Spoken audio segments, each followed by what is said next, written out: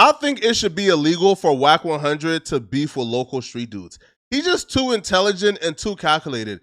It's really sad watching how these interactions play out. The Snoopy Badazz and Wack 100 beef is the prime example of this. Now, Snoopy Badazz and Wack 100 just did an interview on No Jumper that made Snoopy Badazz look really terrible. But before we can discuss that, we have to rewind a little bit and discuss the Wack 100 and Snoopy Badazz beef in its entirety. Snoopy Badazz and Wack 100 connected on Instagram and exchanged numbers to chop it up after Snoopy Badazz called out Wack 100 for not signing enough Pyru rappers. So after this, me and Wack, we cool. We chopping it up on the phone every day for like 4-5 months. Chopping it up, talking. He giving me game on the rap industry. Thinking everything cool. Me and him, we was talking, you know what I'm saying? You feel me? And we was chopping it up, and I'm thinking everything cool though. Feel me? So that's the first mistake that Snoopy Badazz made. He let his guard down and began to think that him and Wack 100 were cool, even though he disrespected Wack 100 publicly. He thought after a couple phone conversations, they were now best of buds. Now, he's either not really too strategic or he's not a general of war, because Wack 100 understands war perfectly and he knows you have to get next to your enemy to understand his weakness. And essentially, that's what Wack 100 was doing the entire time. Because Snoopy Badazz began to think Wack 100 was his best bud and began to demand things from Wack 100 that you wouldn't demand out of people that you've never met in person and you've only talked to a couple of times on the phone. Because Wack 100 will post one of Snoopy Badazz enemies on his IG story who was in the background of a video. Snoopy Badazz, thinking that Wack 100 and him are best buddies, gave Wack 100 a call demanding that Wack 100 took it down. I'm scrolling up Instagram. I see him post, somebody, which I didn't have no problem with the artist, but it was somebody in the background that I had problems with, you know what I'm saying? Bullets was exchanged, you feel me? On some gangster shit, you feel me? So I hit him, I call him, I tell him. He like, he started talking all shit about he do what he wanna do. I'm like, oh, all of a sudden. I'm like, all right, for sure, man. You feel me? And I hang up in his face. We start texting. Biggest mistake of my life. Snoopy isn't exaggerating when he says the biggest mistake of his life. Because in that angry text exchange with Wack 100, Snoopy Badazz will give Wack 100 enough ammo to destroy his life. He tell me who bring him to him. Feel me? It's a Compton Pyru hood. You feel me? I said, oh, that figures. Them niggas like, I said the derogatory term for Crip. I said, like, whoop in my eyes. Okay. He said, nigga, how the fuck you say that? You know what I'm saying? Because he said the dude from that hood is who brought them to them. And I said that makes sense because the reason I said it makes sense is because when I got into it with these dudes, I went over there to that neighborhood for refuge and they was over there kicking it with them. So I'm like, I feel like I'm in the Crip hood. This ain't even a Pyru hood. So I made that statement to Wack. Wack say, why did you say that? To come over there and wipe your whole block out. Nigga, I'm not no, I don't know what my homies would do, but I know I'm not no, I tell them, nigga, I ain't worried about that.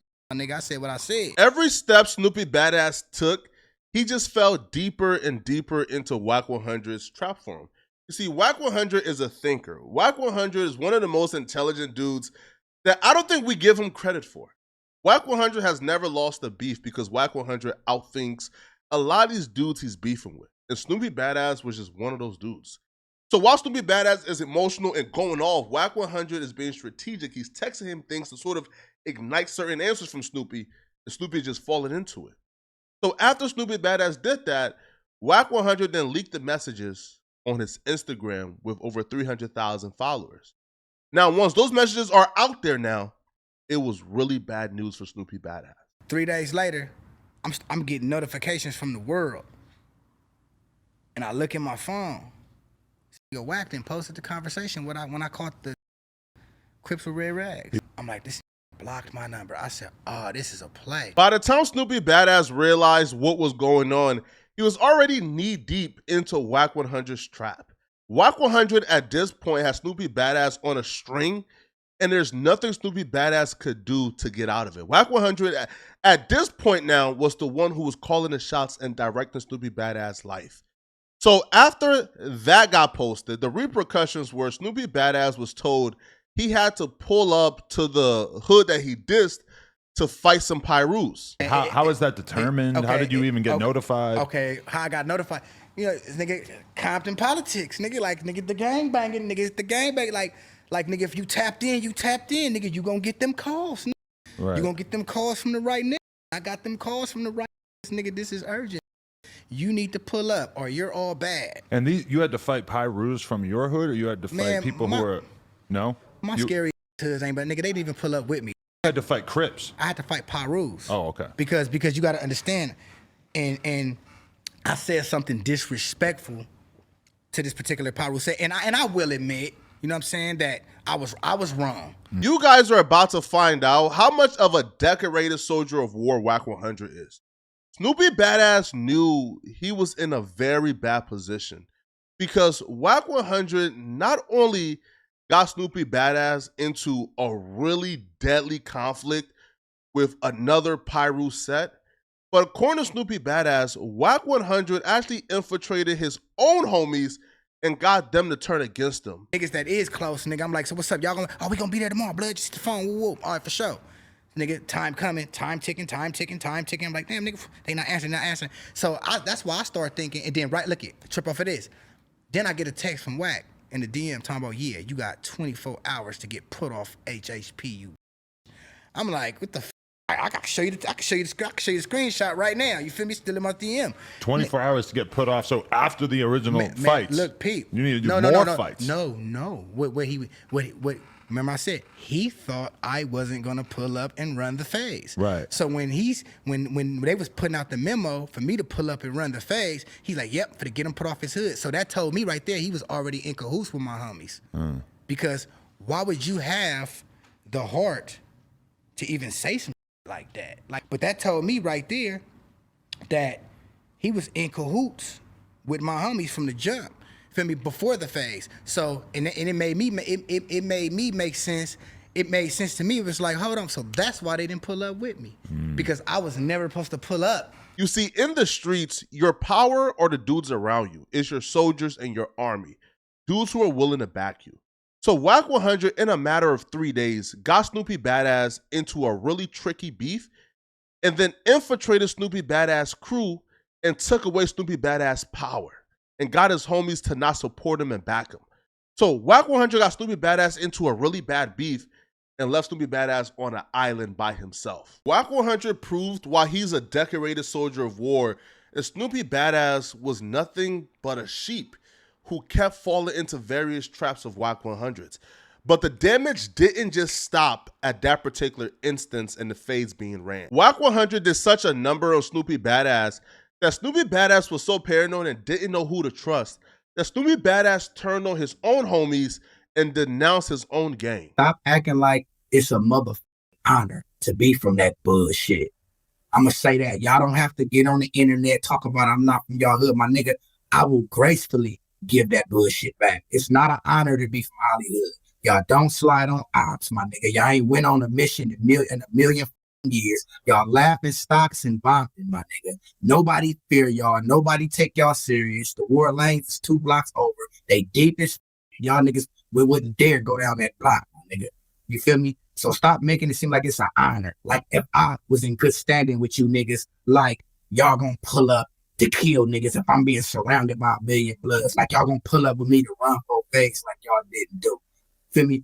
There is no benefits from being from Hollywood Power. A true decorated soldier of war. Wack 100 had caused so much chaos in Snoopy Badazz life in such a short amount of time. But Wack 100 wasn't satisfied and he wasn't done yet with Snoopy Badazz. Wack 100 wasn't content with seeing Snoopy Badazz just at odds with his homies, and Wack 100 wasn't going to let up. After months of turmoil, Snoopy Badazz seemingly would land on his feet when Snoop Dogg decided to co-sign Snoopy Badazz and give him a death row chain on Instagram. Y'all see this? Yes, Snoopy do, Snoopy don't, Snoopy do, Snoopy don't, Snoopy will, Snoopy won't. Snoopy gang, DPG, nigga. Badass finally got laced and loaded. But Wack 100 wouldn't just sit by and let Snoopy Badazz win. So while Snoopy Badazz is seen here celebrating his crowning moment in life and popping champagne, Wack 100 was coming up with a plot to put that to an end. So Wack 100 dug up Snoopy Badazz paperwork and claimed that Snoopy Badazz snitched in a murder case, and Wack 100 sent over the paperwork to Snoop Dogg and came on Clubhouse and guaranteed that Snoopy Badazz would no longer be death row any longer. So Wack 100 then cost. Hey Danny, is there a Melvin? Is there a Melvin something in that paperwork? Melvin is the name with the last name Banks. Yeah, that's the rat. That's Snoopy Badazz. Yeah, I just sent you 2 more pages. He just No, I said he was. He was till 2 hours ago. He just don't know it. I already sent the paperwork to Snoop. He already responded. Oh, He should be getting the bad news tonight in the morning. So we're gonna do a room so he can blame me anyway. they gonna snatch his chain again. Yeah, Snoopy Badazz ratted. At that point, Wack 100 had ruined everything in Snoopy Badazz life. Ruined his politics with his homies, got Snoopy Badazz to denounce his own gang, and when Snoopy Badazz built a relationship with Snoop Dogg, Wack 100 came in between that as well and smutted out Snoopy Badazz's name and labeled him a snitch. And at this point, there was nothing Snoopy Badazz could do to really defend himself, but to go on various podcasts and interviews and speak about snitching. Think about that for a minute. Wack 100 had checkmated Snoopy Badazz to the point where Snoopy Badazz is going on these interviews and talking about snitching. After a while of addressing snitching allegations, the world is gonna automatically think you're a snitch and make that synonymous with your name. Warren Mama house. When I run back to Warren Mama house, you feel me? I knock on her, I said, hey, this nigga Worm just got shot. She said, I heard the shots. God, please don't let nothing be known on my son. Her other son come out, he shoot up there. He ain't got nothing but fucking basketball shirts on. He shoot up there. His mama grabbed me by the shirt. You coming up here with me because there's something wrong with my son. You about to tell the police what the fuck happened. How old are you at this time? Feel me? Shit, this time, nigga, I was like, what, nigga, 17? You know what I'm saying? So, right. so the nigga, like, same around the time my mama died. Yeah. Same. I just lost my mama, and then I'm dealing with this shit. You feel me? So, this nigga run back up there. So, nigga, the mama dragged me up there, man. When she dragged me up there, they like, man, so nigga, I say, man, look, a motherfucker jumped out the bushes, nigga, start shooting. You can read the paperwork. Jumped out the bushes, start shooting, that's it. Snoopy Badazz will tell a story that when he was driving around with his friend, they seen somebody get shot and was laying down on the floor. The friend told Snoopy he thinks he know the person who got shot, so they circled back to see who got shot. And while they were standing over the body, shots started ringing off and his friend got shot and killed. Now, Snoopy will say that the friend mom made him tell the police something because she wanted justice for her son. Snoopy will say that he lied to the police and just said anything just to make the mom happy.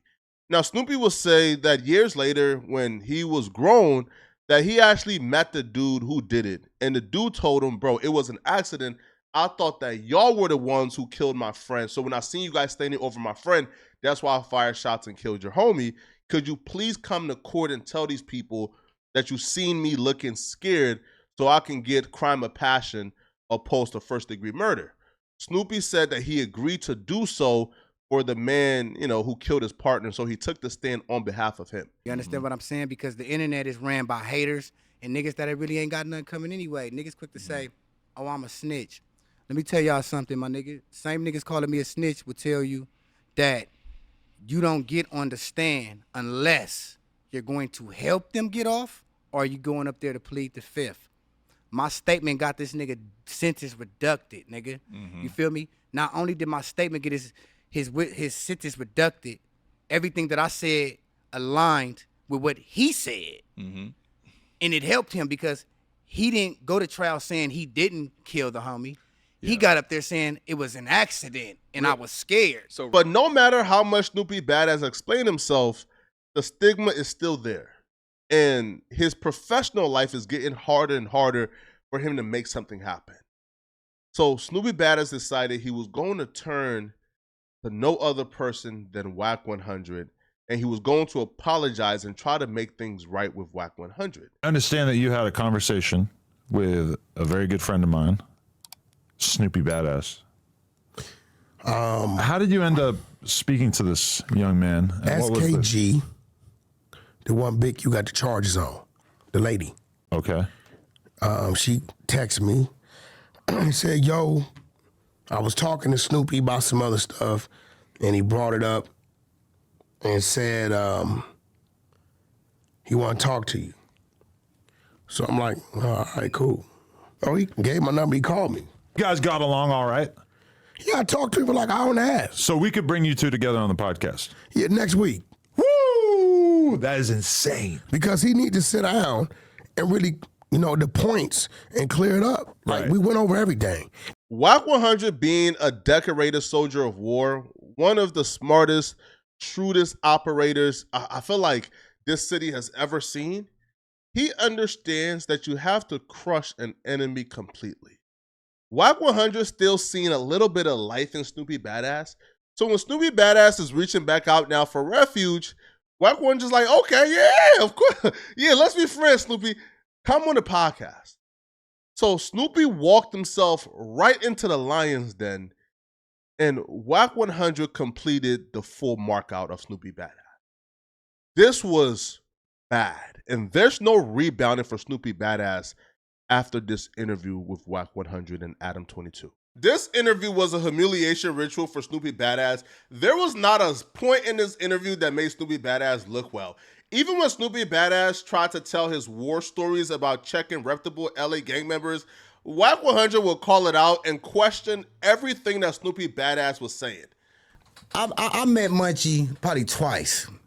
Also, you met him. Yeah, the first time I met Munchie, I did a show with Slim 400. He was there. Oh, he was cool. Like, man, I your music, man. You doing your shit. You feel what I'm saying? I'm like, all right, for sure. Everything was cool. Then he would like hit me in the DM every now and then. Like, man, let's do a song. Let's do this. Oh, man, you good? That's how I know him. You feel me? Then after that, I end up having a show in Denver, and he was there. I had got into it with a female rapper out of Inglewood. Like, you know what I'm saying? So I guess she caught herself getting him on me. You feel me? And I'm like, you getting this nigga, man? I slap the fuck out this nigga. I ain't worried about this nigga. You feel me? So when I get to Denver, he there. You understand what I'm saying? So I'm like, oh, nigga, what's happening? He like, hey, let me holler at you. I said, nigga, what you trying to holler at me about that bitch? He was like, yeah, that's like my sis. I said, look, bro, I told that bitch in the DM, her, and I'm gonna tell you, nigga, I'm not talking to you about no bitch. Dead homies. If it was just Adam there, Adam would have probably let that slide, even if he thought it was cap. But the point of this interview wasn't for Snoopy Badazz to come and make himself look tough. It was for him to leave this interview with irreparable career damage. So Wack 100 will call out every instance of this, including this one. When Wack was said, bruh, like this story sounds cap, because you not checking Munchie B when he with his homies. And you not going home safely after you check Munchie B when you with his homies. And that was it. And he got away from me. You feel me? I look on the internet, he's saying they had me scared in Denver. Like, no, nigga, I told you the same thing. Let me ask you a question. I gotta ask you. Yeah, let's go. I be seeing you doing this shit. What? Now, there was a female from Inglewood, and Munchie was in Inglewood. Munchie being blind, he's not in Inglewood without the homies. True. So if he move to holler at you, the homies gonna be standing with him. Yeah. So was that really the conversation, or did y'all just really have a more cordial conversation? Because I can't see. No. When a homie say, on my nigga, hey, look it. If it was just Adam there, Adam would have probably let that slide, even if he thought it was cap. But the point of this interview wasn't for Snoopy Badazz to come and make himself look tough. It was for him to leave this interview with irreparable career damage. So Wack 100 will call out every instance of this, including this one. When Wack was said, bruh, like this story sounds cap, because you not checking Munchie B when he with his homies. And you not going home safely after you check Munchie B when you with his homies. But look though, so I rode by there, you know what I'm saying, and I was gonna spray paint the nigga car, but I'm like, you know what? Knowing this ass nigga, this nigga gonna take it to the internet and gonna tell that too. You get what I'm saying? For sure. So you went by his house? Of course. You wanna see the footage? You didn't go by his house. Snoopy Badazz is a father of multiple children. But Wack 100 was talking to Snoopy Badazz like he was one of his kids. It ain't even no bushes. Stop right there. Hold on. What? Stop right there. There is no bushes at the scene. Stop right there. I said that. Look at me when I ask you. I'm not gonna. Wack 100 literally called Snoopy Badazz a kid at some point in this interview. And even Adam had to step in like, bro, why he's not a child, man. But Snoopy was either hypnotized or in a trance that Snoopy even tried to correct Adam for correcting Wack for calling him a child. Yeah. And I tell the kids, You seen? Look at him, Adam. He's not a kid. No. He right. After the microaggressions and the soft markouts, Wack 100 began the full press markout. All right, Wack 100 brought Snoopy Badazz on to get Snoopy Badazz to confess to being a snitch and to also get Snoopy Badazz to confess to not being like that. And Wack 100 succeeded in both. So Wack 100 began to press Snoopy Badazz about his paperwork. My nigga, everybody quick to say Snoopy told, Snoopy did this, Snoopy did that. But my nigga, can't nobody post or show anywhere in the paperwork when it happened at the scene, me giving a description of this nigga and giving his name. Why? Because I don't even know what the the nigga looked like. You feel me? My first statement was somebody jumped out the bushes, started shooting. You should have never given a statement. So me lying to the police, I was wrong for that. You let it be known it was a shooter at the scene. You collaborate in the story. So Snoopy Badazz is trying to explain himself and trying to say, hey, bro, all I did was this. I didn't snitch or give any type of identification. All I did was lie to the police. And Wack 100 is like, no, you did more than that, Snoopy. Said was, nigga, a motherfucker jumped out some I gotta tell the motherfucker so something. You can rewind it right now. No, if a motherfucker mama. Let her tell. She wasn't there. I left the house with her son. But the paperwork said more than that. What did the paperwork? I can't really remember. No, it didn't. Wack 100 is adamant and he's not letting Snoopy Badazz get away with trying to explain himself out of not being a snitch. So Wack 100 redefined what snitching is, and through some coaxing and leading, he gets Snoopy Badazz to confess for the first time ever that, yeah, I didn't mean to snitch, man, but yeah, I snitched, man. I gotta take that to the chin. And snitches is defined as anytime you give information to law enforcement that's implementing anybody other than yourself. Like what Wack was saying, though, I agree with that. You feel me? Because, like I said, my intentions wasn't to do that. You feel me? But I did it. You know what I'm saying? And it is what it is. You feel me? Nigga got to take it to the jaw. Like what can I do? It 34, bro. It ain't like I'm purposely. Like I purposely yeah, I'm telling on niggas to get out of this or I'm gonna snitch on this nigga. Nah, that ain't even my MO, my nigga. You feel me? I thought I was going up there to help a nigga. You know what I'm saying? And motherfucker saying I should have never even touched the stand at all. Snoopy, why would you do this to yourself? Like, what's the incentive to come on this podcast and admit to telling? Like, why would you do this to your career? I am befuddled, bemused, bewildered, bro, because it makes no sense. But it didn't stop here. It gets worse, bro. Because after Wack 100 got Snoopy Badazz to confess to telling, Wack 100 then begins to tell Snoopy Badazz how he's not a real Pyru, he's not a real gang member, this life isn't cut out for him, it was never cut out for him, like he's not built to be this and he should stick to being a rapper. Oh my God. Oh my God. Snoopy tells Wack this story about the only reason why he came to court and testify was because the man who killed his friend seen him in jail in like a holding block and convinced them to come to court and testify and tell the court that it was an accident. After Wack 100 heard that Snoopy Badazz had a cordial conversation with the man who killed his homie, Wack 100 went off and essentially berated Snoopy Badazz for not like punching a dude or having an altercation with him. And it seems like the worst fucking possible excuse. So the dude that got killed, right? Yeah. This was your homie? That was my friend. Your friend? That was Worm, yeah. He was from the set? I already know where you about to go with this. No, he didn't bang. He didn't bang. He was your friend. Square. He was just a square nigga we fucked just with and all that. And this dude you ran into? Yeah. You ran into him where? In the county jail, shackled up and holding tank. Yeah. Y'all got down? There was nothing to get down for. He came at me with a Bible. He was like, man, he's like, look, bro, I need like... Dog, listen I know. What is you saying right now? Because I don't know how you got caught up. Man, I got caught up in some bullshit. No, in the gang life. Yeah. I don't know how that started in your life. Mm-hmm. Some of us was born into that. It's just in us. Mm-hmm. You know what I'm saying? Some of us, that shit is in our soul. Yeah. You know what I'm saying? That's one of the most gangsters saying I heard a homie say. He said, power rule my soul, it ain't just in my flesh, right? But bro, and this is real, with no disrespect, this ain't for you, bro. Yeah, I already knew that, nigga. I don't worry about that. Yo, Wack is just too smart. Yo, Wack just told Snoopy Badazz, yo, being a Pyru is in you. Being a real member is just in you. You not cut out for this, man. And Snoopy Badazz is on No Jumper with millions of people watching saying, oh yeah, of course. Bro, I knew it wasn't for me, but yeah, of course.